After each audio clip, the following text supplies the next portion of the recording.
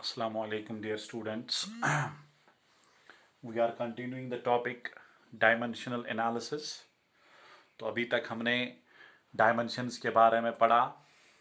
Principal of homogeneity पर बहुत ज़्यादा फोकस रखा मैंने because of its importance from the entrance point of view. उसके बाद हमने शुरू किया applications of dimensional analysis. And in applications of dimensional analysis मैंने कहा कि वहां पर बेटा 3 एप्लीकेशंस है. पहली application to check the correctness of physical equation. अगर आपको एक ऐसी इक्वेशन देख जाएगी जो अभी आपने पढ़ी भी नहीं है, पता भी नहीं है ये इक्वेशन एग्जिस्ट होती है कि नहीं, आप उसको डायमेंशन से देख सकते हैं कि ये इक्वेशन सही है कि नहीं. अगर वो इक्वेशन रॉन्ग डायमेंशनली आ गई तो वो इक्वेशन फिर फिजिक्स में कहीं पे आप नहीं देख सकते. अब अगर डायमेंशनली करेक्ट है फिर हो भी सकता है, नहीं भी हो सकता है, मगर अगर डायमेंशनली रॉन्ग है फिर तो वो रॉन्ग ही रॉन्ग है. तो इसके बाद आज मैं बहुत ही इंपॉर्टेंट एप्लीकेशन उठाने जा रहा हूं, that is derivation of physical equations. Derivation of physical equations. This one is very important board exams के हवाले से भी और एंट्रेंस के हवाले से भी बहुत ही इंपॉर्टेंट है ये. तो whenever using dimensions we have to derive any physical equation, what we have to do, we have to first of all see few things before we go with the question. पहले हमें ये चीज देखनी है कि किन क्वांटिटीज के बीच में आपको इस रिलेशन को डिराइव करना है. किन क्वांटिटीज, यानी क्वांटिटीज मस्ट बी मेंशन्ड कि इन क्वांटिटीज के बीच में आपको रिलेशन बनानी है. और नंबर 1. नंबर 2, उन क्वांटिटीज का डायमेंशनल फॉर्मूला हमें पता होना चाहिए. इसलिए मैंने फोकस बहुत दिया 2-3 लेक्चर्स में पहले ही कि किस तरीके से आप क्वांटिटीज का डायमेंशनल फॉर्मूला निकालेंगे.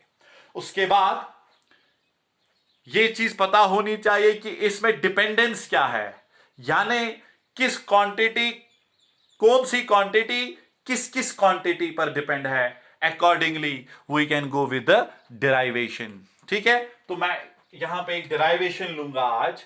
We will derive expression for, इसी के साथ आपको एक कॉन्सेप्ट भी क्लियर होगा, expression for time period of simple pendulum. हम डायमेंशन से सिंपल पेंडुलम के टाइम पीरियड की इक्वेशन को बेटा डिराइव करेंगे. Very important. तो इस डिराइवेशन में हम बेटा देखेंगे सबसे पहले कि ये जो टाइम पीरियड जिसकी आपको डिराइवेशन निकालनी है वो किस किस क्वांटिटी पे डिपेंड है. ठीक है, आपने पढ़ा होगा सिंपल पेंडुलम होता क्या है. A point mass suspended from a point, ऐसे. A heavy point mass is suspended by this inextensible string. ठीक है, ये string non compressible inextensible string, यानी इसकी लेंथ जो है वो चेंज ना एक्सटेंड हो सकती है ना कॉम्प्रेस लेते हैं हम, ना ही कॉम्प्रेस होनी चाहिए वो. तो बेटा यहां पर इस अरेंजमेंट को हम सिंपल पेंडुलम कहते हैं. और जब आप इस सिंपल पेंडुलम को इस पोजीशन से क्या करेंगे, ऐसे बेटा आप इस पोजीशन से इसको डिस्टर्ब करेंगे. इस पोजीशन को या आप ऑसिलेशन के चैप्टर में पढ़ेंगे पूरे अच्छे से. इस पोजीशन को हम मीन पोजीशन कहते हैं. कौन सी पोजीशन? Mean position. जब आप इस सिंपल पेंडुलम को मीन पोजीशन से थोड़ा सा डिस्प्लेस करेंगे, यहां आएगा, यहां. ठीक है, फिर छोड़ेंगे तो क्या होगा, ये ऐसे जाएगा, then shoot it, moves here, comes back. इस मोशन को आप कहते हैं ना to and fro motion, and we can say this is called oscillation. Any to and fro motion और any back and forth motion भी इसको कहते हैं टू एंड फ्रो. यही है, मेन पोजीशन से आगे मेन पोजीशन से पीछे ऐसे, ठीक है।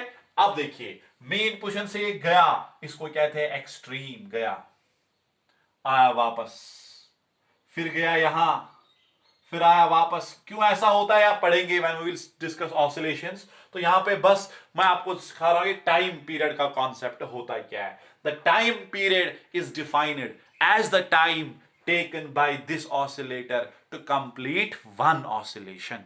ऑसिलेटर कहते हैं आप हर उस अरेंजमेंट को विच एग्जीक्यूट्स ऑसिलेशन। तो simple pendulum is one of the oscillator, क्योंकि ऑसिलेट हो रहा है। तो इसका एक ऑसिलेशन जब कंप्लीट होगा, कितने टाइम में वो एक ऑसिलेशन कंप्लीट हुआ, उसको बेटा हम कहते हैं टाइम पीरियड। यहां पे हमारा फोकस इसके कॉन्सेप्ट पे नहीं है, यहां पे हमारा मेन फोकस है कि डायमेंशन के जरिए हम कैसे इक्वेशंस को डिराइव कर सकते हैं। तो यहां देखिए अब टाइम पीरियड का मतलब क्या, एक ऑसिलेशन कितने टाइम में कंप्लीट होगी। एक ऑसिलेशन क्या होता है, mean to extreme, extreme to mean, mean to opposite extreme, opposite extreme to mean. यानी एक ऑसिलेशन में इसके चार हिस्से हैं, mean to extreme, extreme to mean, mean to opposite extreme, opposite extreme to mean. तो ये जो टाइम पीरियड इधर है, ये टाइम पीरियड डिपेंड है, time period depends on, it depends on length of string, length of string and acceleration due to gravity। ये चीज आपको पहले ही पता होनी चाहिए, और अगर इसमें क्वेश्चन आएगा भी तो ये चीज उधर मेंशन होती है, derive the relation such that this quantity depends on these factors. ठीक है, तो यहां आपको डिराइव करनी है time period of simple pendulum, जबकि टाइम पीरियड डिपेंड है लेंथ पर और एक्सेलरेशन ड्यू टू ग्रेविटी। देखिए बिल्कुल बात साफ है, हमें तो पता नहीं है कि कैसे डिपेंड है, खाली इतना पता है कि टाइम पीरियड एक तो इस लेंथ पर डिपेंड है, लेंथ ये है स्ट्रिंग की लेंथ, और एक्सेलरेशन ड्यू टू ग्रेविटी पर डिपेंड है, जी पर।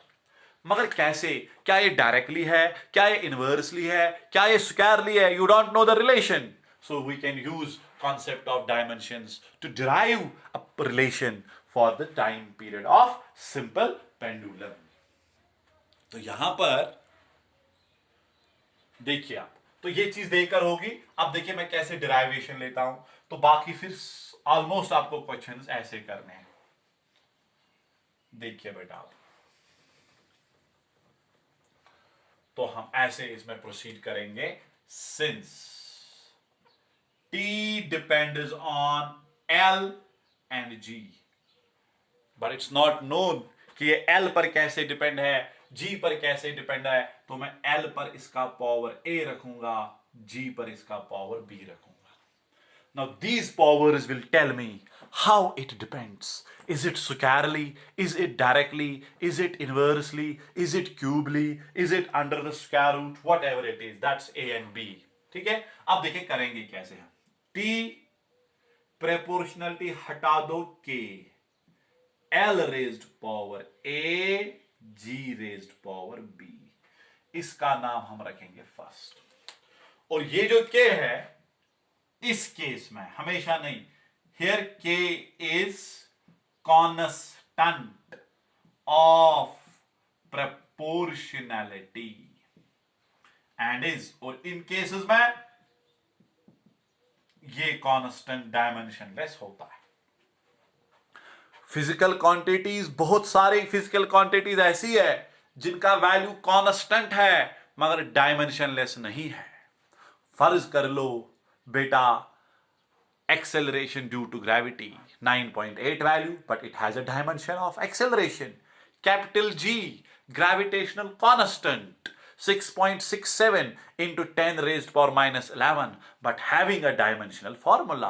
Planck's constant वैल्यू कांस्टेंट है मगर डायमेंशनल फॉर्मूला है। तो कांस्टेंट्स की हमेशा डायमेंशनल फॉर्मूला नहीं हो, ये कांस्टेंट्स हमेशा डायमेंशनलेस नहीं होते हैं। कुछ कॉन्स्टेंट्स डायमेंशनलेस है, कुछ कॉन्स्टेंट्स डायमेंशनल है, यानी उनकी डायमेंशनल फॉर्मूला है। यहां पर जो इन डेरिवेशन में आप ये के लिखा करेंगे, हर डेरिवेशन में ये के डायमेंशन लेस होगा। ठीक है, इसके बाद देखिए अब क्या करना है। अब आपको हर एक क्वांटिटी का अपना अपना डायमेंशनल फॉर्मूला लिखना है। टाइम का डायमेंशनल फॉर्मूला टी, गौर से, के डायमेंशनलेस नहीं लिखना है, एल लेंथ एल ही होगा, जी एक्सेलरेशन ड्यू टू ग्रेविटी, तो इसको एक्सेलरेशन जैसा डायमेंशन होगा, that is L T -2 power में है बी। तो इसके बाद ये टी है, ये एल पावर में ए है, ये पावर बी दोनों को आएगा, एल को भी और टी को भी, ऐसे। इसके बाद ये टी इधर एल का पावर ए, इधर बी, तो ये आएगा ए प्लस बी। टी का पावर -2b।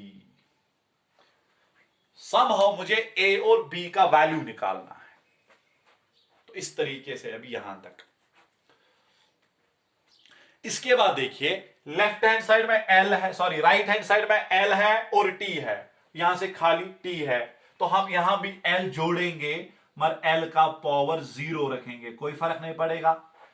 ठीक है, अगर यहां पर एल भी है टी भी है, यहां पे टी तो है एल नहीं है, खुद लिखो एल पर पावर 0 रखो।